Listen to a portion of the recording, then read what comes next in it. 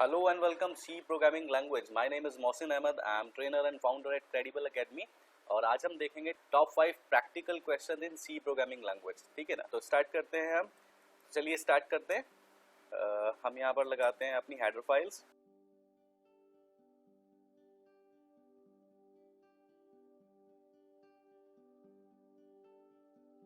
तो first example हम ले रहे हैं कैसे प्राइम नंबर कैसे चेक करते हैं, और मैं थोड़ा जल्दी से बेसिक लॉजिक लिख लेता हूँ, फिर आपको एक्सप्लेन करके बताऊंगा। ठीक है ना, तो यहाँ पर हम सबसे पहले स्टार्ट करते हैं फॉर लूप।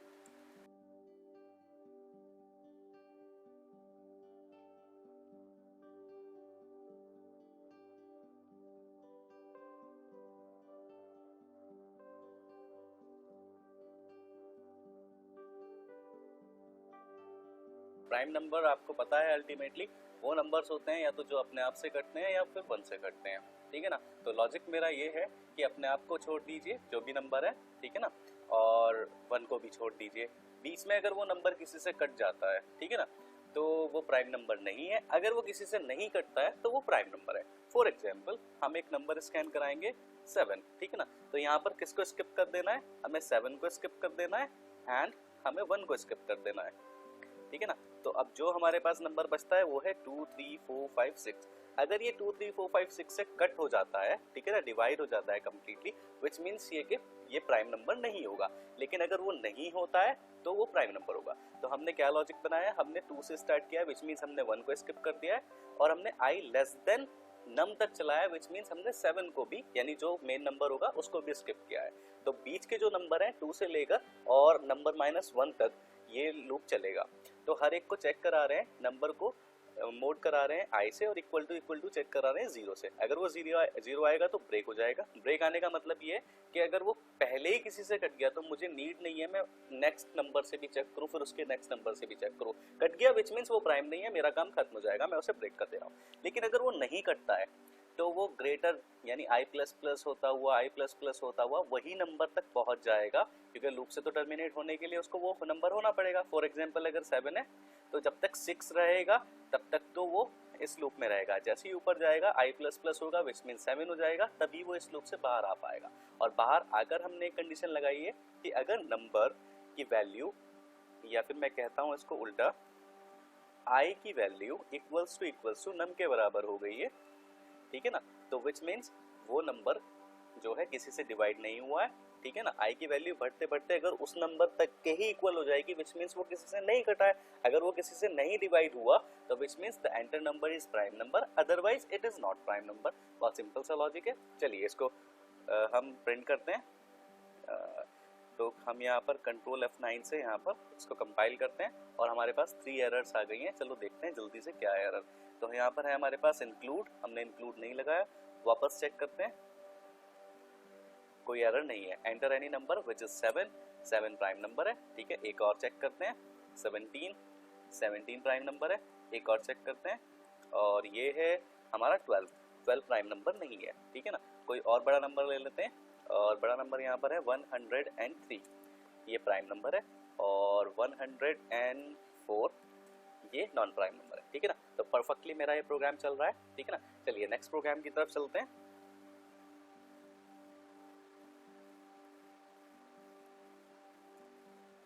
चलिए नेक्स्ट प्रोग्राम हम देखते हैं कि एंटर्ड नंबर जो है वो हमारा परफेक्ट नंबर होता है या नहीं होता है। ठीक है ना, तो उसके लिए मैं एक प्रोग्राम लिख लेता हूँ जल्दी से, फॉर लूप।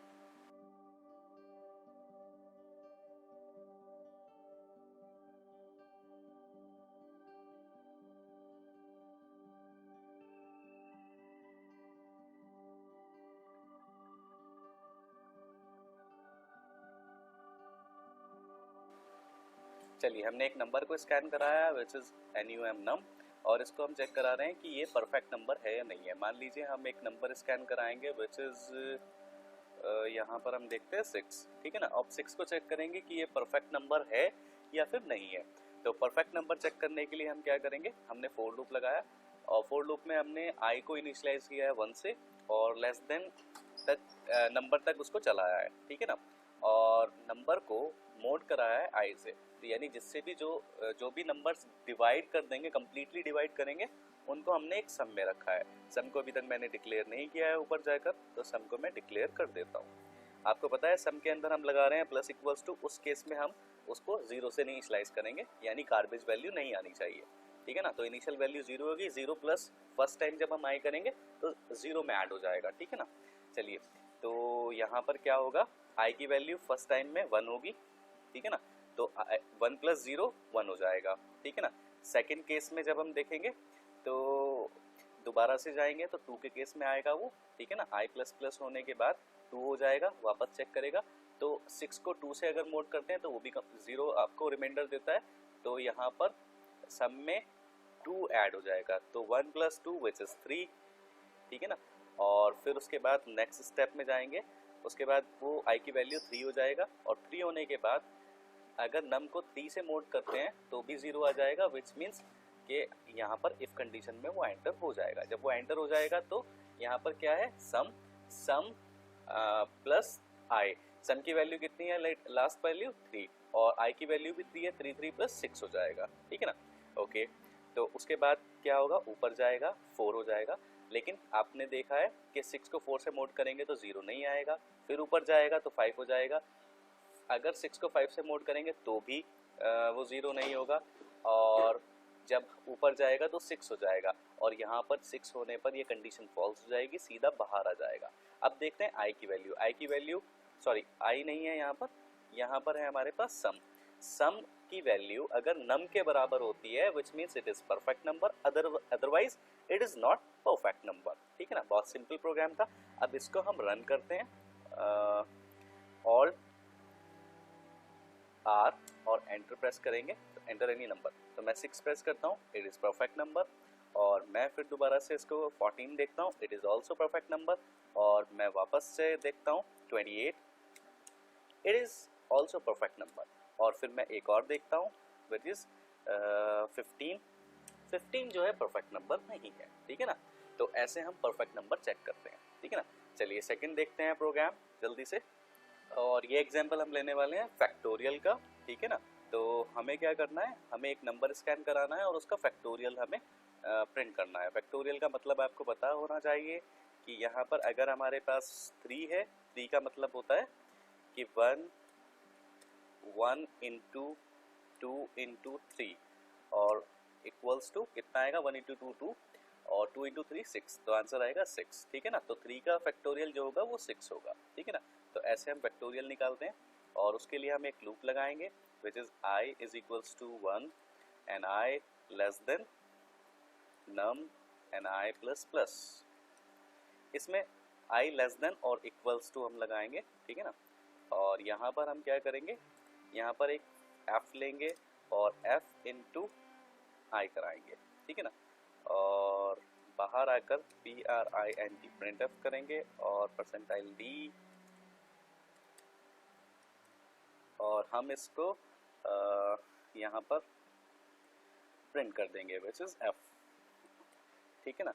चलिए f को यहाँ पर हमें डिक्लेयर करना है, कॉमा f, और f को यहाँ पर हम 1 बनाते हैं क्योंकि यहाँ पर हम क्या कर रहे हैं, उसकी मल्टीप्लाई कर रहे हैं, ठीक है ना। गार्बेज वैल्यू नहीं आएगी अगर हम उसको इनिशियलाइज नहीं करेंगे 1 से, तो f के अंदर इनिशियलाइज करते वक्त एक गार्बेज वैल्यू आ जाती है, तो गार्बेज वैल्यू से आपका i मल्टीप्लाई होगा तो उसको भी गार्बेज बना देगा, दैट्स वाई हमने f को जो है 1 से इनिशियलाइज किया है। बहुत सिंपल है। अब इसको एक बार रन कर लेते हैं, फिर मैं इसको और अच्छे से एक्सप्लेन करता हूँ। मैं 5 का फैक्टोरियल देखता हूँ विच इज 120। क्या हो रहा है इस प्रोग्राम में, ये एक छोटा सा 1 बाय 1 स्टेप देख लेते हैं, ठीक है। f की वैल्यू फर्स्ट टाइम में 1 है और i की वैल्यू भी फर्स्ट टाइम में 1 है, तो 1 इंटू 1 विच इज 1, ठीक है ना। ये फर्स्ट स्टेप हो गया हमारा।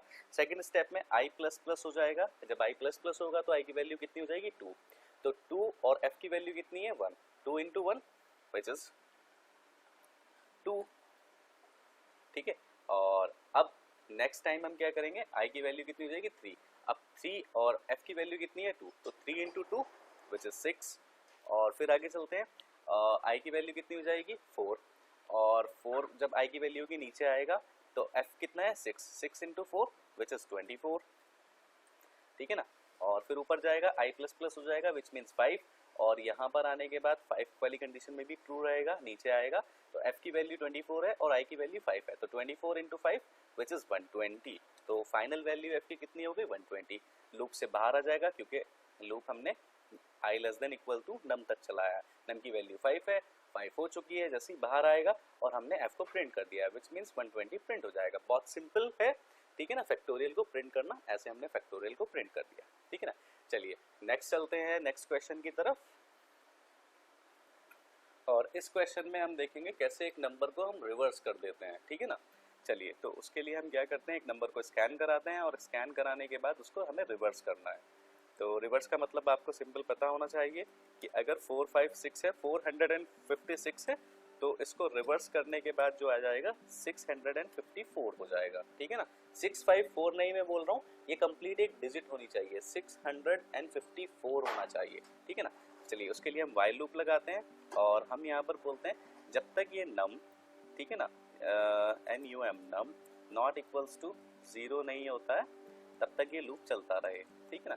इसका एक बहुत अच्छा प्रैक्टिस मैं बताता हूँ, बहुत अच्छी आपको एक टिप यहाँ पर मैं देकर चल रहा हूँ। टिप्स ये है कि आप क्या करेंगे, जब भी ऐसे वाले क्वेश्चन लेंगे जिसके अंदर आपको नॉट इक्वल टू 0 लगाएंगे, विच मीन्स आप वाइल से तब तक बाहर नहीं आ सकते हैं जब तक नम के अंदर वैल्यू 0 ना आ जाए। अब नम के अंदर आपका एक इंपॉर्टेंट डेटा है विच इज जो आपने स्कैन कराया है, उसको यहाँ पर आप 0 करेंगे तो अपने एक वैल्यू डेटा को आप खुद से डिस्ट्रॉय कर रहे हैं। तो उसके लिए आप क्या कीजिए, यहाँ पर हमेशा एक टेम्परेरी वेरिएबल बनाइए और आप अपनी ओरिजिनल वैल्यू को उसमें इनिशियलाइज करा दीजिए, ठीक है ना। ऊपर डिक्लेयर कीजिए इसको t, ठीक है ना, एक टेम्परेरी वेरिएबल, और t के ऊपर कुछ ऑपरेशन कीजिए, आपकी ओरिजिनल वैल्यू सेव रहेगी, ठीक है ना। चलिए सबसे पहले हम क्या करते हैं, यहाँ पर हमें चाहिए होता है रिमाइंडर। रिमाइंडर लेकर आने के लिए t को मोड करना पड़ेगा 10 से, तो ये रिमाइंडर आ जाएगा, यानी लास्ट डिजिट आ जाएगी। 456 को अगर हम 10 से मोड करेंगे तो 6 हमें रिमाइंडर आएगा, रिमाइंडर 6 आ गया। उसके बाद हम क्या करेंगे, एक REV वेरिएबल लेंगे, REV वेरिएबल को मल्टीप्लाई करेंगे 10 से, ठीक है ना। तो REV कितना है, ऊपर जाके उसको डिक्लेयर करते हैं, यहाँ पर REV इज इक्वल्स टू 0, ठीक है ना। अब आप नीचे आकर देखेंगे 0 की मल्टीप्लाई हमने किससे की है, 10 से, विच मीन्स वो भी 0 हो जाएगा। बट हम यहाँ पर क्या कर रहे हैं, प्लस कर दे रहे हैं, प्लस REM।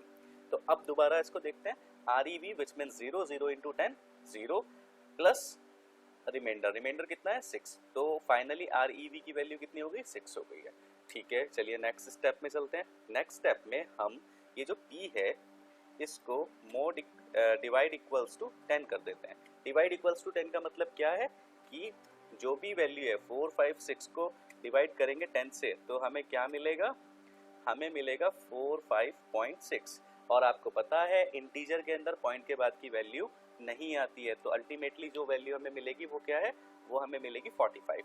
तो लेटेस्ट वैल्यू कितनी हो गई है 45, ठीक है ना। तो t की वैल्यू कितनी होगी 45।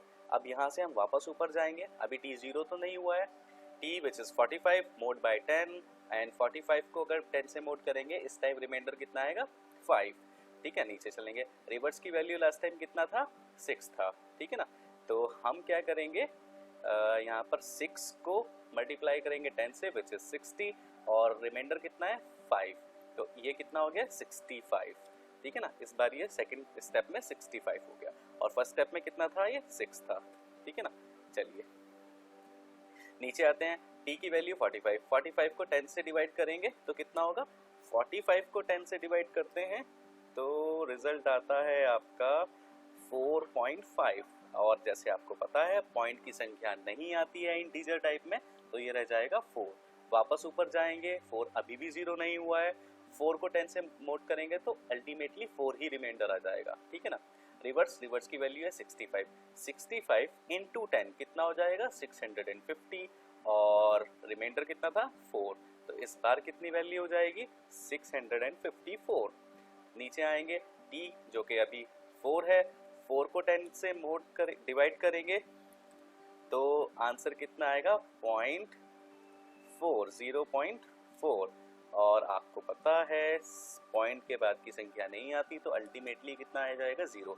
जैसे ही ऊपर जाएंगे, हमने कहा था लूप जो वाइल लूप है तब तक ट्रू रहे जब तक ये 0 ना हो जाए। अब ये 0 हो गया है, जैसे ही 0 हो जाएगा तो हम लूप से बाहर आ जाएंगे। जैसे ही हम लूप से बाहर आएंगे हम यहाँ पर प्रिंट करेंगे reverse number is equals to, कितना है रिवर्स नंबर हमारा हम किसको प्रिंट कर रहे हैं, REV को, ठीक है ना। अब REV हमने डिक्लेयर किया है लेकिन हमने REM को डिक्लेयर नहीं किया है, तो यहाँ पर आते हैं REM कॉमा, ठीक है ना। चलिए इसको Alt R प्रेस करते हैं और रन करते हैं। यहाँ पर है हमारे पास 1, 3 and 7 137, तो रिवर्स होने के बाद कितना आ गया 307 731। एक और देखते हैं एग्जाम्पल, यहाँ पर देख लेते हैं हम 7, 6, 9, तो ये हो गया है 967, ठीक है ना। और फिर एक और एग्जाम्पल देख लें 3, 4 and 9 943, ठीक है। एक और एग्जाम्पल देख लेते हैं 701 107, एक एग्जाम्पल और ले लेते हैं 890, अब ये 98 ही आ रहा है, ठीक है ना, जबकि कितना होना चाहिए 098, बिल्कुल ठीक है 98 ही, स्टार्टिंग की 0 की कोई वैल्यू नहीं होती है, ठीक है ना। तो रिवर्स करने के बाद ये आएगा, ठीक है ना। चलिए, तो अगर आप चाहते हैं कि स्टार्टिंग में 0 आनी चाहिए, वो एग्जाम्पल मैं आपके लिए दे देता हूँ कि आपको इसको होमवर्क करना है, ठीक है ना। चलिए नेक्स्ट क्वेश्चन की तरफ चलते हैं। मैं यहाँ से ये सब कुछ हटा दे रहा हूँ, नंबर स्कैन करा। इस बार हम जो चेक करेंगे वो होगा आर्मस्ट्रॉन्ग नंबर। आर्मस्ट्रॉन्ग नंबर कौन से होते हैं, जैसे 153, 153 का मतलब 1 की क्यूब करेंगे आप, 1 की क्यूब प्लस 5 की क्यूब करेंगे आप, प्लस और क्यूब करेंगे आप 3 की, ठीक है ना। तो इनका सम जो है 153 आना चाहिए। 1 की क्यूब करेंगे तो 1 ही आएगा, 5 की क्यूब करेंगे 5 × 5 25, 25 × 5 125, 3 की क्यूब करेंगे 3 3 9, 9 3 27, and 27 plus 125 plus 1 which is 153, ठीक है ना। तो सिंपल है। अब ये लॉजिक मुझे यहाँ पर निकालना है, तो नम को मैंने स्कैन किया है, उसको एक टेम्परेरी वेरिएबल में डाला है और उसको मैंने बोला है जब तक वो 0 ना हो जाए तब तक ये लूप चलता चला जाए। यहाँ पर अगेन हम करेंगे रिमाइंडर और t को मोड करेंगे 10 से, हमें लास्ट वाली वैल्यू चाहिए विच इज 3, ठीक है ना। और उसके लिए हम एक ले देते हैं number ARM is equals to ARM plus, और क्यूब करने के लिए हम क्या करते हैं, जो हमारा REM है REM plus REM plus REM, हम मैथ वाला फंक्शन भी यूज़ कर सकते हैं लेकिन हम सिंपल कर रहे हैं, ठीक है ना। चलिए, और इसके बाद हम t डिवाइड इक्वल्स टू 10, ठीक है ना। तो बहुत सिंपल है, हमने पहले भी देखा है, जब ये मोड करेगा रिमाइंडर आ जाएगा, यहाँ पर रिमाइंडर क्या होगा 3, और ARM जो है उसको यहाँ पर डिक्लेयर कर लेते हैं ARM विच इज 0, ठीक है ना। अब 0 में REM into REM into REM, इसको हम क्या करेंगे, यानी 3 into 3 into 3 plus 0 which is 27, तो ARM की वैल्यू कितनी हो जाएगी फर्स्ट टाइम में 27, ठीक है ना। चलिए, और 153 को 10 से डिवाइड करेंगे तो 15 रह जाएगा, ऊपर जाएंगे 15 को 10 से मोड करेंगे तो 5 आएगा, और ARM जगह 27 है, 5 इंटू 5 इंटू 5 विच इज कितना हो जाएगा 125 इज इक्वल्स टू 125 152 हो जाएगा ये, ठीक है ना। और फिर हम देखेंगे 15 को 10 से डिवाइड करेंगे तो 1 बचेगा, ऊपर जाएगा अभी भी ट्रू रहेगा, 1 को 10 से मोड करेंगे तो 1 ही रिमाइंडर आएगा। अब 152 प्लस 1 इंटू 1 इंटू 1, सॉरी ये प्लस नहीं है यहाँ पर, ये मल्टीप्लाई है, ठीक है ना, हमने गलती से किया, ठीक है ना। 1 इंटू 1 इंटू 1, ठीक है ना, विच इज 1, और 152 प्लस 1 विच इज 153, ठीक है ना। तो फाइनली 153 प्रिंट हो जाएगा, और इसको यहाँ पर प्रिंट F में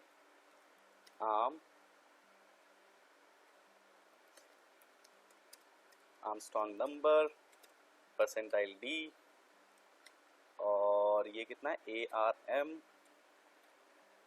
ठीक है ना। और इसको हम रन करते हैं और यहाँ पर 153 और 153 आ गया है, ठीक है ना, बहुत सिंपल है। अब हम इसको चेक करते हैं, हम यहाँ पर लगाएंगे if ARM equals to num,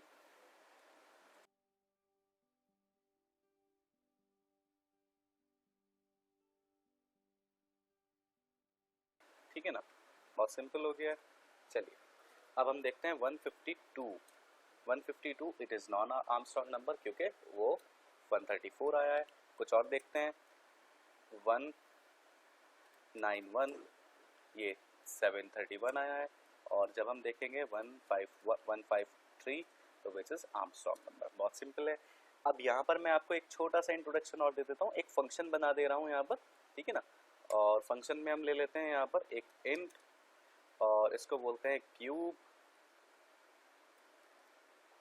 और यहाँ पर एक इंटीजर रिसीव करते हैं विच इज़ x और इसको रिटर्न कर देते हैं RETURN return x into x। Okay, और हम जो ये रिमाइंडर का यूज़ कर रहे थे ना, यहाँ पर हम फंक्शन कॉलिंग कर सकते हैं, ठीक है ना। तो हमारा फंक्शन क्या है, क्यूब, और क्यूब के अंदर पास करा देते हैं एक विच इज़ REM को, ठीक है ना। थोड़ा सा डायनेमिक हो गया, हमने फंक्शन का यूज़ कर लिया और हमने यहाँ पर यूज़र डिफाइंड फंक्शन यूज़ कर लिया है।